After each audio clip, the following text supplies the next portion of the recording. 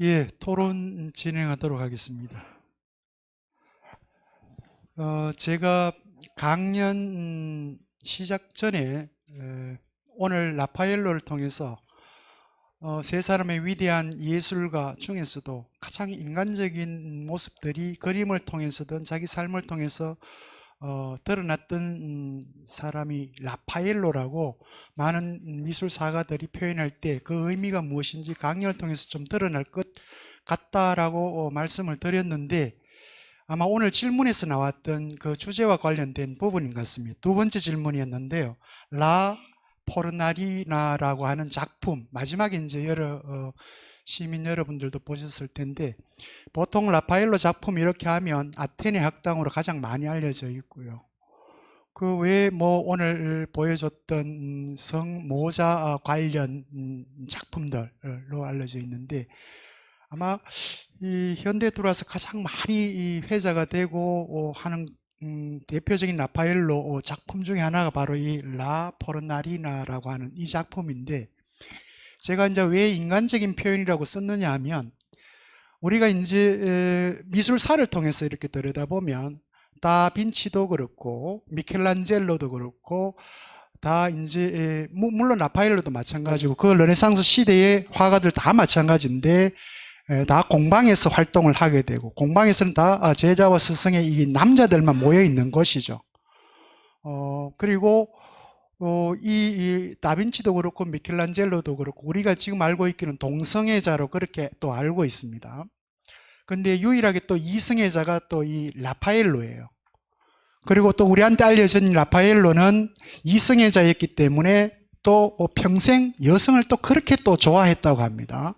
실제 특정 미술사가들한테서는 이게 좀 폄훼하는 건지는 모르겠습니다만, 마지막 죽는 날도 결국은 이 라 포르나리나의 실제 모델과의 정사 이후에 열병을 앓게 되면서 죽었다, 이렇게 또 표현하기도 하고요. 그래서 많은 이렇게 썰이 있습니다만, 어쨌거나 저희들은 라파엘로를 기점으로, 물론 다음 마지막 부분에서는 북유럽 화가를 물론 소개를 하겠습니다만, 이 라파엘로를 기점으로 어떻게 보면 르네상스 시기에 가장 화려했던 이 예술 영역을 포함한 문학, 그리고 이 르네상스를 대표하는 모든 재생의 영역들이 다시 한번 전쟁이라고 하는 참화와 더불어 어떻게 보면 시대적 역행을 하게 되는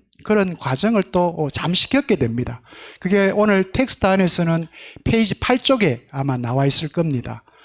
클레멘스 교황 7세 때 소위 이탈리아가 독일 용병들에 의해서 이제 약탈되는 그런 과정을 겪게 되고, 사실 이 라파엘로나 미켈란젤로, 다빈치가 활동했던 그 시기, 피렌체를 중심으로 로마에 이어지기까지 그 한 20몇 년간 시기, 그러니까 율리우스 2세부터 레오 10세 이르기까지 이 두 사람은 그렇게 전쟁을 정오했던 교황이었고요. 전쟁을 정오했던 만큼 평화를 주장했던 사람들이었고, 그 평화를 주장하면서 동시에 고대 그리스 로마의 문화를 로마에 그대로 재현하겠다라고 또 생각했던 일종의 문화 교황이기도 했던 사람이었고요. 바로 이제 그런 교황들 밑에서 이 세 사람은 각자의 자기 역할을 하면서 르네상스를 가장 풍성하게 만들었던 사람이기도 했지만, 또 동시에 개인적으로 보면 다빈치는 지금 무덤이 어디 있는지도 모르고요. 미켈란젤도 역시 뭐 쓸쓸한, 오래 살긴 했습니다만 죽음이었다면, 전체적으로 예술적으로도 그렇고 개인의 삶도 그렇고 가장 풍성하고 풍요롭게, 물론 단명했다는 이유는 하나 있습니다만, 가장 풍요롭게 자기 개인적인 삶과 예술적인 그런 활동들을 했던 사람은 바로 오늘 마지막으로 소개했던 라파엘로가 아니었던가, 이제 그렇게 이번 강연을 들으면서 평가를 할 수 있었던 것 같은데, 오늘 사실 질문을 주신 우리 강도기 선생님 세 개의 질문은 마지막 부분에 우리 강연자 선생님께서 그림을 통해서 자세하게 또 설명을 하셨기 때문에 이 질문은 제가 답변을 한글로 그렇게 하고요. 이 다른 분이 하나 질문을 하셨는데 성함이 없습니다. 궁금해서 이렇게 질문을 주신 것 같아요. 제가 한번 소개를 드리도록 하겠습니다. 코로나19로 마음이 울적했는데 이 울적한 생각을 전환시켜준 목요철학원 여러분들께 감사의 말씀을 전합니다. 특히 3번 연속 이렇게 또 강연을 해주신 우리 이미애 교수님께도 감사를 드리고요. 제 견해는, 제 생각에는 이 라파엘로가 다른 예술가보다 이 아름다운 정적인 작품이 많다고 느껴지는데, 어떻게 보면 미켈란젤로나 다빈치의 어떤 동적인 조각이나 회화보다는 정적인 작품이 많다고 이렇게 생각을 하신 것 같아요. 자화상도 보니 정말 또 미남인 것 같습니다. 이렇게 미남이었기 때문에 엄청나게 인기가 많았다 그러네요. 그죠? 여성들한테. 작품이 돈으로 매겨질 때 어떤 기준으로 책정이 되는지요. 그리고 돈이 목적이 되어 완성한 작품도 순수 예술로 볼 수 있나요? 그리고 3번째, 상업 예술과 순수 예술의 차이점이 있다면 어떤 게 있을까요? 라고 하는 정말 말 그대로 순수한 질문입니다. 그죠? 그래서 이 3가지 질문 한번 간단하게 답변을 해주시고 또 이어가도록 하겠습니다.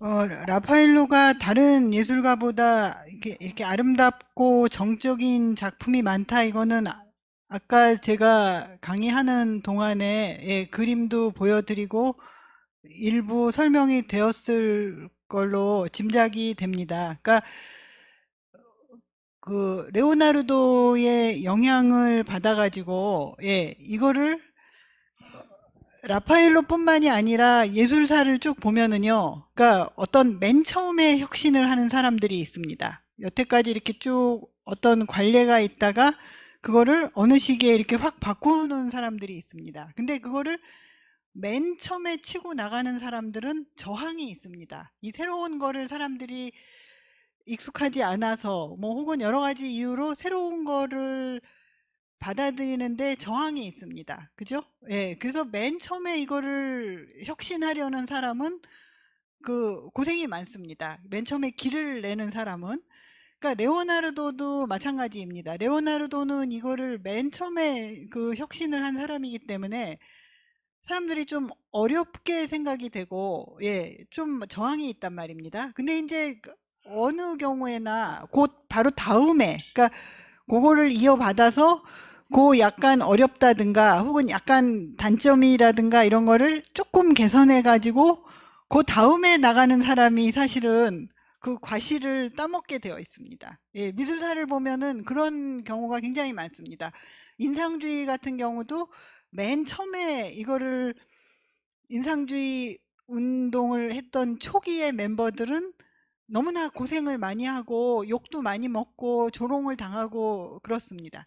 근데 이 사람들을 곧 뒤따라서 바로 바싹 쫓아서 간 사람들은 별로 저항도 겪지 않고 이제 이미 그런 거는 한번 쓸고 지나갔기 때문에 그 다음에 나온 사람들은 명성도 얻고 돈도 벌고 뭐 그냥 별로 그렇게 큰 무리가 없이 활동하는 이런 거를 볼 수가 있습니다. 라파엘로가 바로 그런 경우라고 생각이 됩니다. 그러니까 두 그림을 놓고 보면은 라파엘로가 좀 이건 너무 좀 약간 가볍다고 생각이 되기도 하고 그런데 약간 그렇게 좀 쉽게 해가지고 여전히 그러면서도 그 스킬이나 이런 거는 뛰어나고 아름답고 그죠? 이런 것이 굉장히 인기를 끌었던 것 같습니다. 그런 게 당대에 또 잘 먹혔던 것 같고 근데 그게 르네상스 시대뿐만이 아니라 다른 시대에도 사실은 적용이 됩니다. 그 다음에 자화상? 돈이 목적이 되어 예, 완성한 작품도 예, 순수 예술로 볼 수 있나? 이건 뭐 지난 시간에 우리가 순수 예술, 대중 예술 할 때 구분해. 이때는 뭐 순수 예술 이런 구분이 예, 그러니까 없잖아요. 그죠? 전근대 사회에는 시장을 목적으로 생산한 게 아니기 때문에 뭐 순수 예술, 상업 예술 이런 거에 구분이 없습니다. 예. 이거는 주문을 해서 생산했기 때문에 그 상업 예술이라고는 할 수가 없고요. 예. 그 다음에 순수 예술도 아닙니다. 전근대 예술은 항상 목적이 있지 않습니까? 초상화, 뭐, 목적이 있고, 종교화, 이런 거는 뭐, 재단에 걸어놓고, 뭐, 경배를 한다든가, 전근대의 예술이라는 거는 항상 어떤 그 쓰임새가 있습니다. 용도가 있습니다. 그런 점에서 순수 예술이 아닙니다. 또 그렇다고 상업 예술도 아닙니다. 이거를 돈 받기 위해서 그 팔려고 만든 게 아니라 일단 주문을 받아가지고 제작을 해준 거기 때문에 상업 예술도 아닙니다. 그러면은 이런 상업 예술이나 순수 예술이 등장을 하는 거는 우리가 미술 시장이 성립을 하고 작가들이, 화가들이 그 주문을 받는 게 아니라 시장에서 내놓고 팔기 위해서 작품을 만들면서 이제 상업 예술이 되는 거란 말입니다.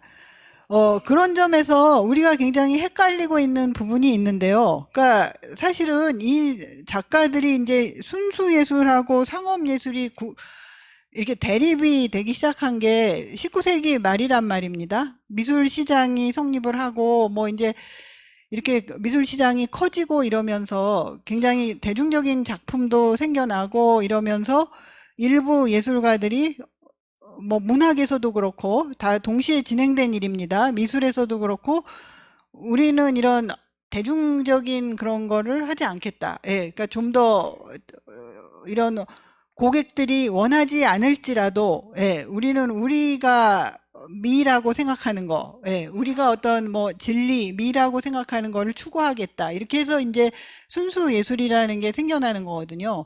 그러니까 순수 예술이라는 건 굉장히 엘리트적인 사고방식이란 말입니다. 예, 우리가 하는 것이 순수하고 니들이 하는 거는 저질이야. 예, 이런 엘리트적인 사고방식이 깔려 있는 거고요. 근데 이제 그거는 자기들 얘기고, 예, 제가 보기에는 저의 생각에 따르면은 그 근대 이후의 모든 예술은 상업 예술입니다. 모든 예술은 상업 예술입니다. 시장에 팔기 위해서 만들었으면은 일단 상업 예술입니다. 그렇지 않습니까? 그죠? 예, 예. 만일 내가 이걸 그려서 남한테 공짜로 나눠줬으면은 상업 예술이 아니죠. 예, 내가 그냥 취미로 그려가지고 그냥 옆에 사람들한테 뭐 공짜로 나눠준다든가 뭐 그냥 공짜로 구경시켜주면은 상업 예술이 아닌데 순수 예술가들도 반 고흐도 살아있는 동안에 작품을 단 한 점도 못 팔았지만은 예, 자기의 예술을 고집을 하면서 그죠? 예, 그런 인기에 영합하는 그림을 그리지 않았단 말입니다. 그리고 자기의 예술을 추구했으니까 이 사람은 순수 예술가라 할 수가 있겠지만은 이 사람이 작품을 안 팔려고 한 게 아닙니다. 너무나 팔고 싶었죠. 예. 작품을 못 팔아서 뭐 경제적으로 궁하고 인정을 못 받아서 자살까지 가게 된 거 아닙니까? 그러니까 모든 예술은 상업 예술인데 그 안에 뭔가 좀 고급스러운 예술이 있는 거고 그렇지 않은 게 있고 그런 겁니다. 상업 예술이 있는데 그 안에 잘 팔리는 예술이 있는 거고 잘 팔리지 않는 예술이 있고 그런 겁니다. 그러면은 잘 팔리는 예술 이꼴 대중예술이냐? 그런 것도 아닙니다. 예, 잘 팔린 예술 중에도 나중에 뭐 모네나 이런 사람도 잘 팔았습니다. 예, 잘 팔았습니다. 그러니까 그 반고흐 같은 사람은 일찍 죽어서 그렇고요. 반고흐가 좀 참고 예, 한 10년만 더 살았으면은 작품을 팔았습니다. 예, 그거를 못 참고 딸깍. 예. 그래서 우리가 이렇게 살아야 합니다. 예. 죽으면은 뭐 끝입니다. 그러니까 정리를 해드리면은요. 그러니까 근대 이후에 시장 생산을 하면은 모두 다 상업 예술이고, 그 다음에 그 상업 예술 안에 뭐 여러 천차만별 질이 있는 거죠. 우리가 왜 영화 그러면은 모든 시장의 관객에서 돈을 벌으려고, 그죠? 많은 관객을 유인하려고 영화를 만드는 거 아닙니까? 근데 그 영화 중에 예술에 가까운 영화도 있는 거고, 그죠? 그냥 또 한 번 보고 잊어버리는 뭐 대중적인 영화도 있고 그런 거 아닙니까? 그러니까 작품도 마찬가지라고 생각합니다. 미술도, 예, 그런 좀 더 그 순수한 쪽에 가까운, 예, 좀 더 뭔가, 작품이 다 똑같지는 않습니다. 어떤 작품을 보면은 그 한 사회가 가지고 있는 어떤 문제점이라든가, 그죠? 예, 그리고 어떤 인간이 보편적으로 그 항상 의문시하는 뭐 어떤 욕구라든가 어떤 의문점이라든가, 그죠? 인생의 어떤 문제라든가 이런 거를 진지하게 다룬, 예, 그런 작품들이 있습니다. 그런 거는 좀 더 좋은 예술, 뭐 순수 예술이라고 할 수가 있겠죠. 그죠? 예. 그리고 또 좀 더 그렇지 않고 가볍고 그냥 단순히 말초적인 또 작품들도 많이 있습니다. 그죠? 예. 그러니까 그런 거에서 이제 갈리는데, 어쨌든 모든 예술은 상업 예술입니다. 예. 다 뭐 누구나 뭐 팔고 작품을 팔고 유명해지기를 바라지 않습니까? 예. 예. 예. 그 우리 포런트에 계시는 시민 여러분들이 이제 질문을 좀 생각해 두시면 되실 것 같고요. 제가 하나 그 아까 궁금한 무슨 부분이 있는데, 미술상 그 얘기도, 미술 시장에서 그 얘기도 나왔었는데요. 미술 시장요? 예, 예. 아까 그 질문도 제가 누가 해주셨던 것 같은데, 미술 시장에서 뭐 작품 가격이, 아, 돈으로 매겨질 때, 작품이 예, 예, 돈으로 매겨질 어떻게, 때 예, 어떤 예, 기준으로 책정이 예, 되는지. 예. 그 뭐, 이 질문은 사실은 답드리기가 굉장히, 이게 너무 광범위한 질문입니다. 미술 시장에서 가격이 어떻게 형성되느냐 하는 얘기는 뭐 이를테면 경제학에서 공황은 왜 일어납니까? 뭐 이런 정도의 커다란 질문이라고 할 수가 있겠습니다. 그냥 조금 이런저런 얘기들을 해드리면은요, 가격을 형성하는 요인은 굉장히 많이 있습니다. 이를테면은 예를 들어서 아까 왜 라파엘로가 그린 초상화 중에 기억하실지 모르겠는데, 그 민도 알토비티의 초상이 있습니다. 예. 그게 맨 처음에는 라파엘로의 자화상으로 생각이 되었습니다. 그래서 이게 뭐 그 미네네 그 알테 피나코테크에서 아주 이게 그냥 보물로, 예, 이렇게 떠받들여지다가 시간이 흐르면서 19세기 말 20세기 초 이럴 때 이게 라파엘로가 그린 자화상이 아니다.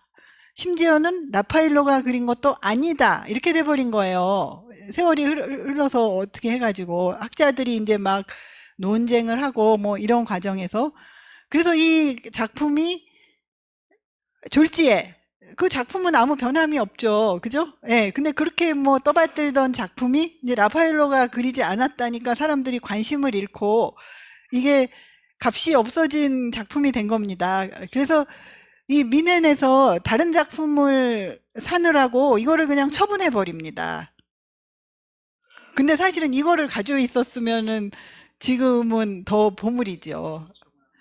그래서 그거를 이제 그런 영국 에이전시하고 해가지고 미국으로 넘어가는 거 아닙니까? 예. 그러고는 미국에 가서는, 미국에 딱 가니까 아무도 또 이거를 라파엘로 작품이 아니라고 아무도 문제를 제기를 안 하는 거예요. 그래서 사실은 무슨 참 농간이 있지 않았나, 뭐, 예, 예, 예. 예, 예, 예. 미국으로 딱 가니까 또 그 논쟁이 딱 끊어진 거예요.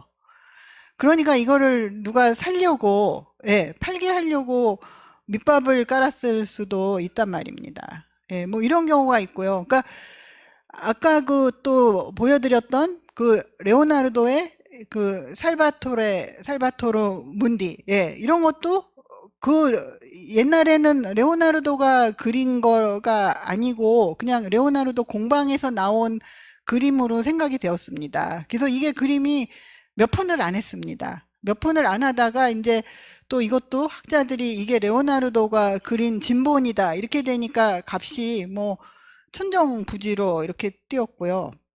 이제 이거는 고전에 해당하는 게 이제 이런 일들이 있는 거고, 요새 그림 같은 거는 뭐 그 그림 값을 정하는 게 정말 여러 가지 요인이 많습니다. 재미있는 게 많습니다. 이를테면은 똑같은 그림이라도요, 거기 그림에 얽힌 어떤 얘기가 있으면은 그림값이 올라갑니다. 이를테면은 뭐 이 그림에 하여튼 여러 가지 얘기가 있을 수 있지 않습니까? 이를테면 그림이 도둑 맞았다 다시 찾을 수도 있는 거고, 예, 이런 경우도 스토리가 거기 가미가 돼야 됩니다. 이 그림을 누가 연인한테 줬었는데 어떻게 해서 어떻게 됐다더라, 이런 뒤에 스토리가 있으면은 이 그림 값이 올라갑니다. 그러니까 그림 그린 거하고는 상관이 없이. 그리고 이거를 누가 그렸느냐 하는 거는 지금 말씀드린 거와 같이 중요하고, 너무나 중요하고, 그 다음에 이거를 어떤 수집가가 가지고 있었느냐 하는 것도 중요합니다. 그러니까 유명한 수집가들이 이 그림을 가지고 있었잖아요. 이 그림의 프로브낭스라고 해가지고 이 그림을 전에 누가 가지고 있었는가 하는 그 히스토리가 있습니다. 근데 이거를 앞에 유명한 수집가가 가지고 있다가 이걸 내놨으면은 이 그림이 값이 더 올라갑니다. 예, 그러니까 그냥 무명의 수집가가 가지고 있을 때 말고, 예, 그런 경우도 있고, 그 다음에 이거는 현대 작품에 대한 얘기인데요. 현대 미술가들은 그림이 어느 정도 그림이 많아야 합니다. 많아야 사람들이 어느 정도 시장이 형성이 되는구나, 어떤 풀이 형성이 되는구나, 그래서 이게 자꾸 사고 팔고 하는 그 요인이 된단 말입니다. 비교하자면은, 왜 우리가 이렇게 대단지에 있는 아파트가 사고 팔기가 좋으니까 그런 게 매매가 잘 되지 않습니까? 왜 나 홀로 아파트 사면은 똑같이 살기 좋고 구조도 똑같고 그런데도 나 홀로 아파트가 싸단 말입니다. 이게 매매가 잘 안 되고, 그죠? 예, 이런 단점이 있기 때문에 그림도 마찬가지입니다. 그러니까 한 작가가 그림이 이렇게 어느 정도 풀이 있어야 이게 시장에서 거래가 활발하게 됩니다. 그러니까 피카소 같은 사람이 그림이 자꾸 활발하게 거래가 되고 가격이 높은 이유 중에 하나가, 피카소는 그림이 한 5만 점 됩니다. 작품이. 예, 드로잉 이런 작품만 해도. 그러니까 이게 하나의 커다란 피카소 시장이란 말입니다. 예, 그래서 그런 요인도 있고요. 하여튼 그림에 관계된 시장의 가격을 결정하는 거는 사실은 굉장히 다양한, 예, 이런 요인들이 많이 있습니다. 예. 예. 시간이 한 10분 정도 남았는데 제가 간단한 질문 하나 드리고 여러분 질문을 받겠습니다. 여러분들 갖고 계신 자료집 8쪽에 보면 아까 제가 말씀드렸습니다만 그 신성 로마 제국 황제가 된 칼 5세가 이제 로마를 이렇게 함락하는 그 과정인데, 이 과정에서 이제 라파엘로 공방에 있던 수많은 제자들이 각자 이제 이탈리아 전역으로 흩어지게 됩니다. 근데 이제 그 중에 가장 대표적인 수제자 중에 하나 줄리아 로마노라고 하는 수제자가 있는데, 이제 이 사람이 이 활동을 하면서 펼쳤던 하나의 예술적 기법인지 아니면 사조인지 모르겠습니다만 매너리즘이라고 하는 게 있는데, 이게 미술사에서 어떤 지위를 점하고 있는지, 혹은 르네상스 시기 이후에 이 매너리즘이라고 하는 것이 그 이후에 바로크 미술이라든지 이런 데 어떤 영향을 끼치게 되었는지 어떤지, 그걸 한번 간단하게 짚고 예. 질문 받도록 예. 하겠습니다. 그러니까 우리가 라파엘로가 나타난 거는요, 르네상스 최고의 스타인 라파엘로가 나타나는 거는 라파엘로 혼자 잘나서 그런 게 아니고요.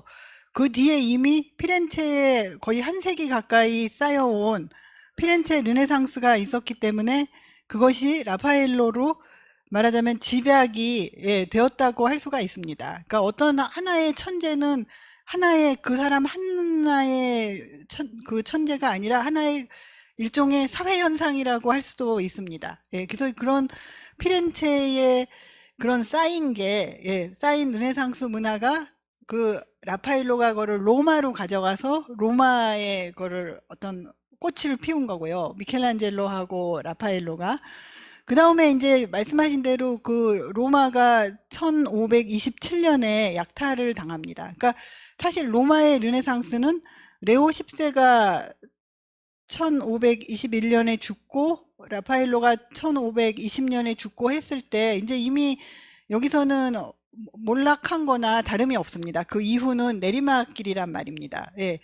그 로마의 약탈을 1527년에 너무나 처절하게 몇 개월 동안이나 당하고 그 이 로마의 독일 용병들이 쳐들어와 가지고 뭐 수녀들을 강간하고 다 때려 부수고 뭐 문화재를 다 훔쳐가고 때려 부수고 정말 엉망이 됩니다. 예. 그래서 이제 이때의 그 예술가들이 로마가 르네상스의 이제 중심지였으니까 피렌체를 이어가지고 이때의 로마에 굉장히 예술가들이 많았는데 이 사람들이 그런 이탈리아 전국으로 뿔뿔이 흩어지게 되죠. 그러니까 예를 들어서 그런 라파엘로의 수제자였고 거의 동업자이기도 했던 줄리오 로마노 같은 사람은 이제 그 만토바에 가가지고 거기 궁정 미술가가 되죠.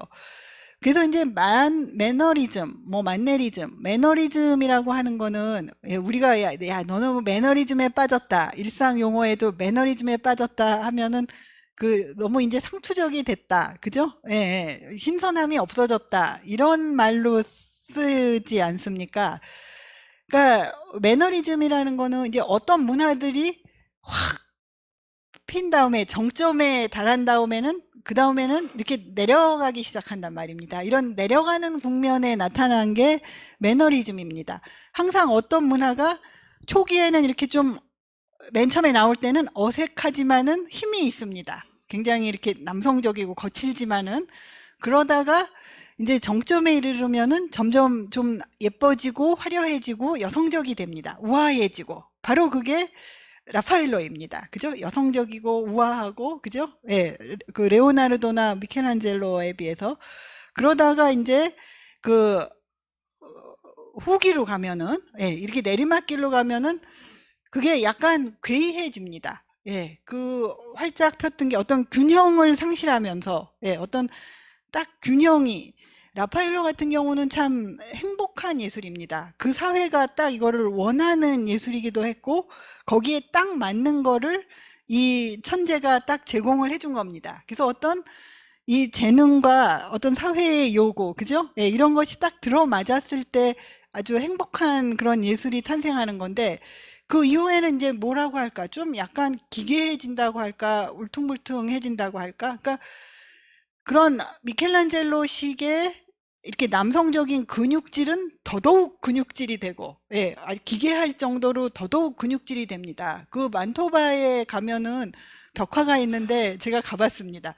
방 전체를 그런 걸로 해놨는데 무섭습니다. 너무나 막 이런 근육질에 이런 게 막 방 전체를 싸고 있어가지고 야 이런 데 있으면 이게 좀 정신이 오락가락하지 않겠나 생각할 정도로 더 과장이 됩니다. 말하자면. 그리고 또 우아한 거는 우아한 것대로 또 더더욱 과장이 됩니다. 그래서 이를테면은 왜 그 목이 긴 성모 같은 거 유명한 그죠? 성모를 너무나 손도 길고 목도 너무나 길게 그러니까 그런 균형이 파괴되는 겁니다. 뭔가 이거를 다른 거를 더 덧붙여야 되는데 이미 라파엘로가 가장 예쁘고 아름답고 우아하게 만들었단 말입니다. 그럼 거기서 더 나아가면 어떻게 되겠습니까? 오히려 기괴하거나 뭔가 너무 과장이 되거나 이런 측면이 남게 됩니다. 그게 말기의 문화가 항상 좀 약간 이렇게 그로테스크해지는 그런 경향이 있습니다. 그래서 매너리즘이 그런 거고 이제 그러다가 그거는 이제 그렇게 해서 점점 사실은 퇴화가 되는 거죠. 그리고 이제 다른 뭐 바로크라든가 이런 것이 새로운 전혀 이제 다른 문화가 또 일어나게 되는 겁니다. 예. 혹시 질문 있으신 분 손 들어주시면 질문 받겠습니다. 예.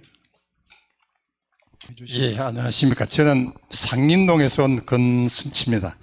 저는 요 대면 강의를 처음 들어서 선생님 강의를 2번을 듣고, 야, 한 번은 꼭 대면 강의에 와봐야 되겠다 생각하고, 특히 우리 목요철학에서 올게 참 어려운 과정에서도 좋은 강의를 해서 너무 고맙습니다.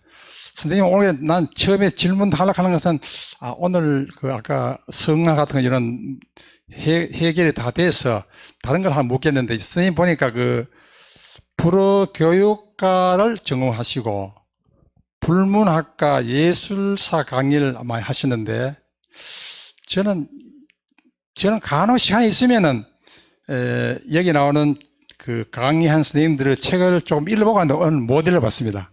그 요중에서 보면 사랑의 예술사, 우리 대구 향토 경북대학 지금 출판했는데. 여기 있습니다. 여기 제가 읽었던 책이. 아, 그렇습니까? 예. 그래서 여기에 나오는 사랑의 예술사 혹은 예술로 하는 것은 어느 방면에 한 예술이 워낙 복잡하니까 많으니까, 그죠? 어느 것인가 하고, 두 번째는 선생님의 양력 중에서, 역시 오늘 선생님 처음 보는 순간에 참 복장에서부터 아주 시원하고 참 예술가다운 그런 틀에 박히지 않는 그런 걸 느껴서, 여기 보니까 1999년도에 동아일보 여성동아 공모 장편 소설에 당선되어도 하는데, 특히 여성동아에는 아마 우리 박한선 선생님 나목을 아주 늦깎이로 등단하셔서 우리 문단에 큰 이름을 나누셨는데,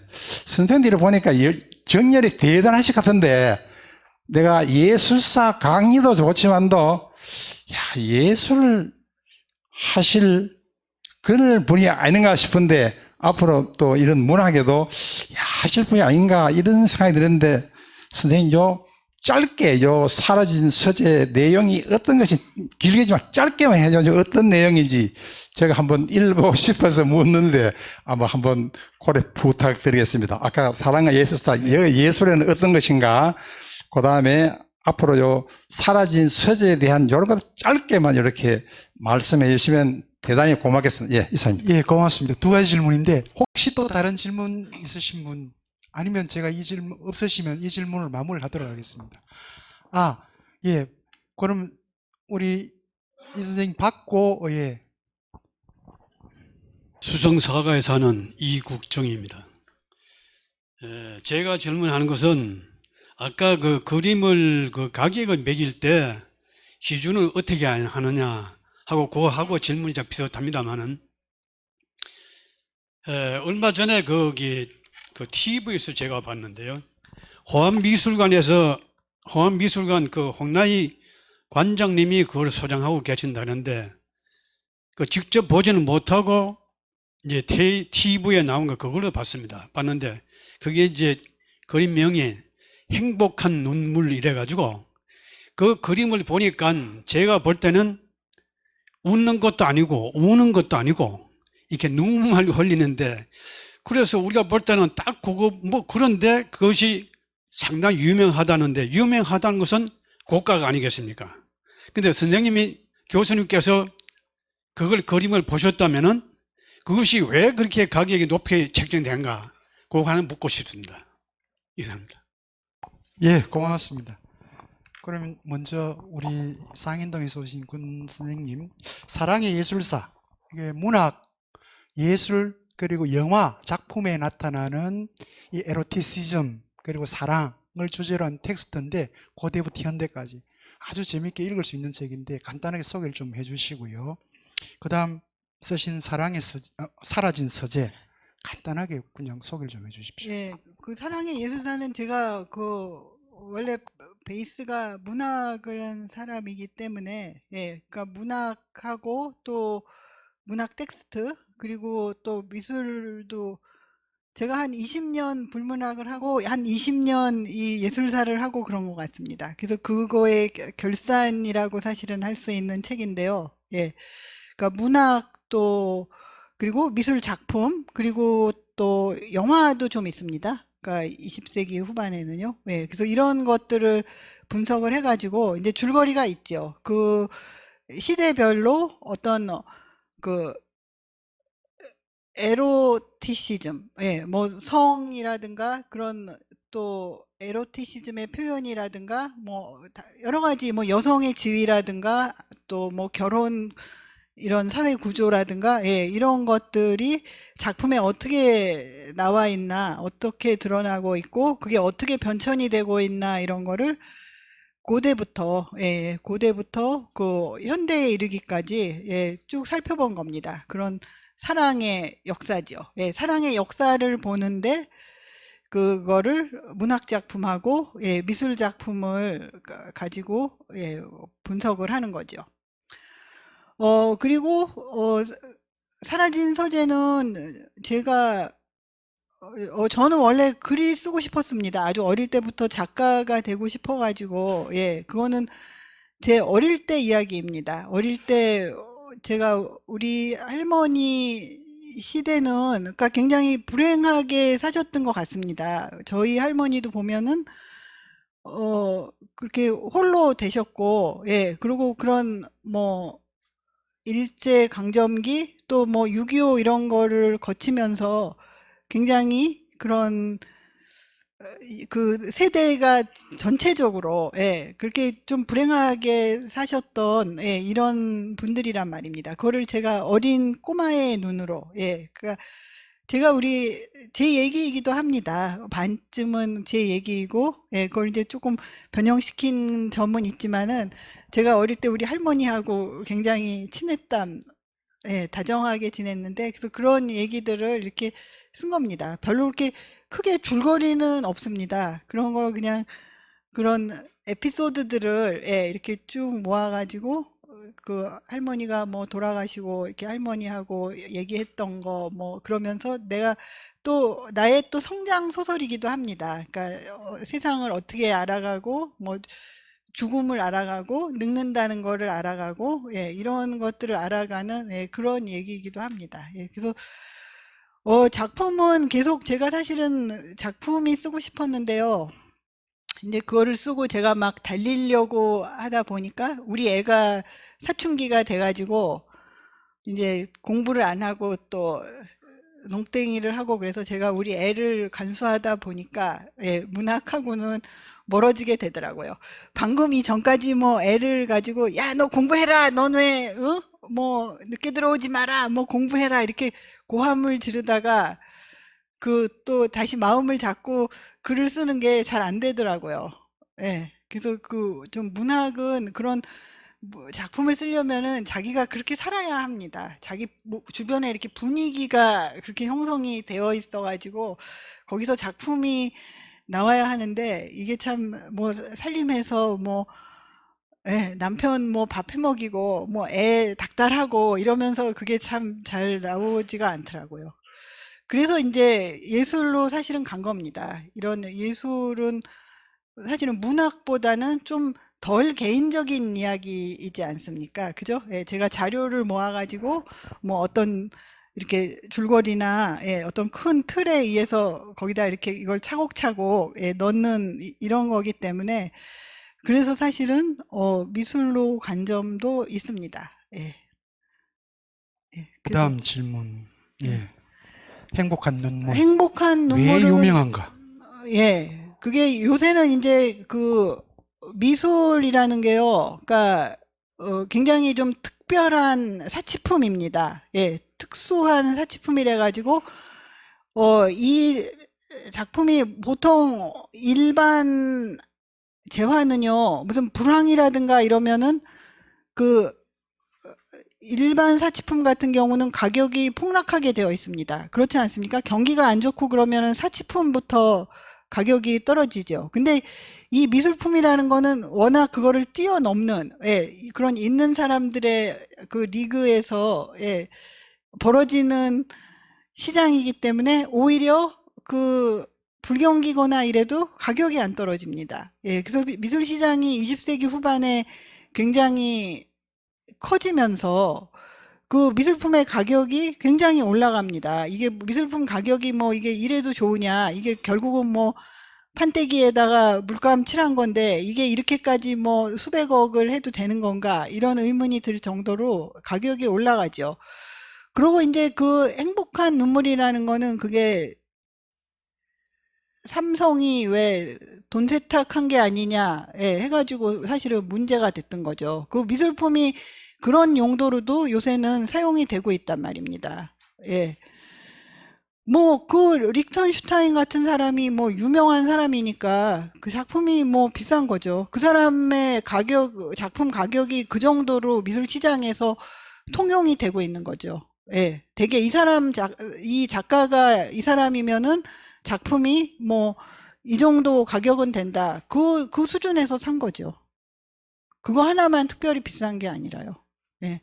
그러니까 그 사람의 어떤 네임 밸류가 있단 말입니다. 뭐 잭슨 폴록이면은 대강 가격이 이 정도의 형성이 되어 있고, 그죠? 예. 그리고 그 다음 그레이드면은 또 가격이 얼마에 형성되어 있고, 미술 같은 거는요, 굉장히 이상하게 생각되실지 모르겠습니다만은요, 그 전 세계에 이렇게 미술가 협회, 미술 뭐 화랑협회 등등등 그런 조직들이 있습니다.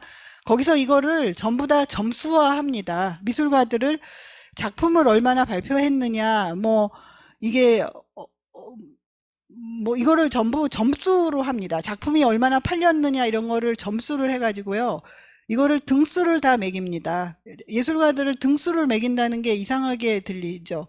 근데 그렇게 등수를 다 매겨가지고 작품 가격을 책정을 합니다. 그러니까 지금도 현대 잘 나가고 있는 뭐 100대 화가 무슨 100대 그런 식으로 리스트가 쭉 나오고요. 그 안에 우리나라 화가들도 화가가 아니라 이제 작가죠. 설치 미술 이런 거 하는 분들이 우리나라도 한 뭐 10명씩 뭐 대여섯 명 이상씩 들어가 있습니다.